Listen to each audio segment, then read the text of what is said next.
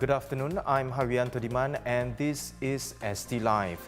We begin in the Taiwan Straits where China is launching its air and sea live fire exercise near Taiwan starting around noon today in a show of retaliation for US House Speaker Nancy Pelosi's visit to the island earlier this week. China declared on Tuesday that the People's Liberation Army will conduct military exercises in 6 locations of Taiwan from noon today until noon on Sunday. The 6 locations encircle Taiwan's main island and target areas within its territorial sea.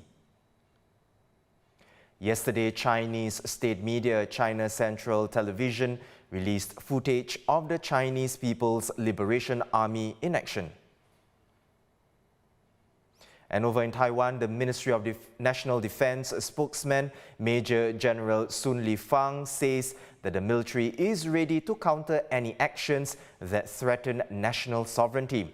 He says the military branches are coordinating on surveillance and have a full grasp on everything occurring within Taiwan's territorial waters and airspace.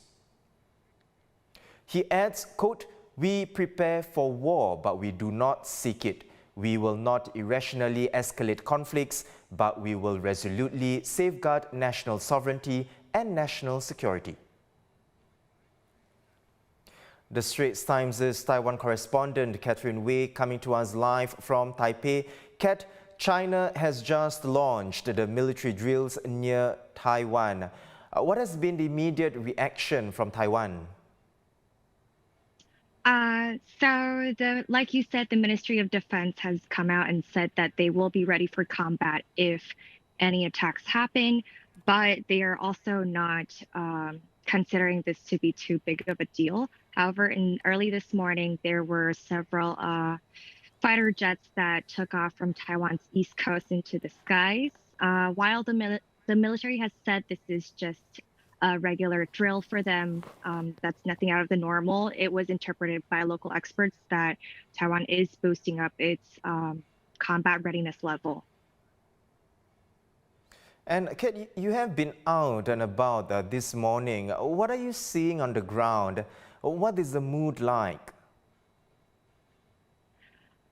So far, as far as Taipei goes, I think life is going on as normal for most people.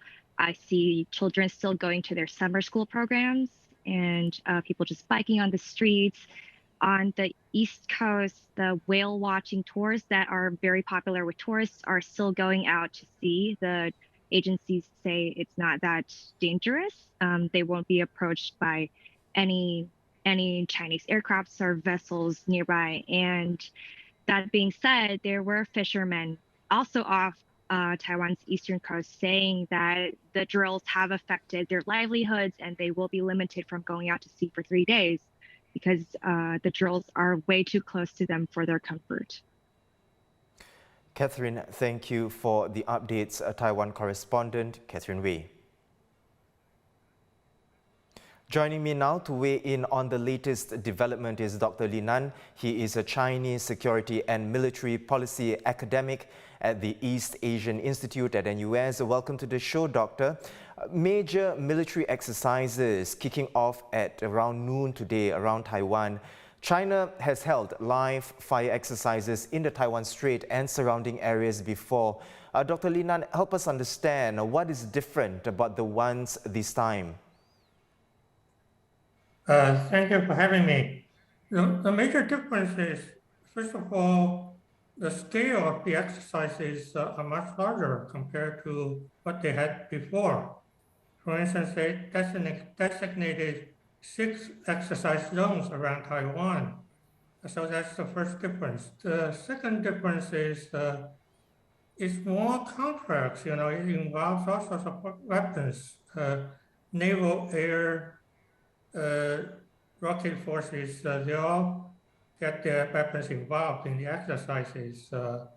And the second difference is these exercises are very close to Taiwan, much closer than before. For instance, back in 95, 97 exercise, they showed a couple of missiles. They designated 2 missile impact zones. They are pretty far away from the proper mainland of Taiwan. This time they designated 6 exercise zones, and they are much closer. For instance, the southern zone, one area is very close to the southern port city of Kaohsiung, which is only 20 kilometers away from that port city. So that's very close. Also, the design of the exercises are not just targeting Taiwan, but also designed against external intervention. For instance, a couple of zones designated east of Taiwan, they are really intended against external interventions. So comparatively speaking, it's a more complex, much larger scale exercise, yes. The fear is that the military exercises trigger an unintended confrontation between China's forces and Taiwan's. Dr. Linan, what are the boundaries that all parties will have to watch out for to prevent the situation from inadvertently escalating? That's a good question. To tell the truth, China could have chosen to interfere in Nancy Pelosi's visit to Taiwan earlier, much earlier.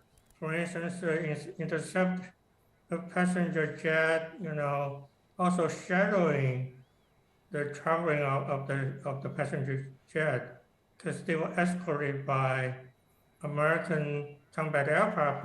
That might have better chance of escalation, because you got different aircraft, American aircraft, Taiwanese aircraft, and Chinese aircraft escorting or shadowing the passenger jet of Nancy Pelosi, and that may trigger inadvertent escalation, and that might be a situation that becomes difficult to control. So China chose not to do that. That's a good indicator.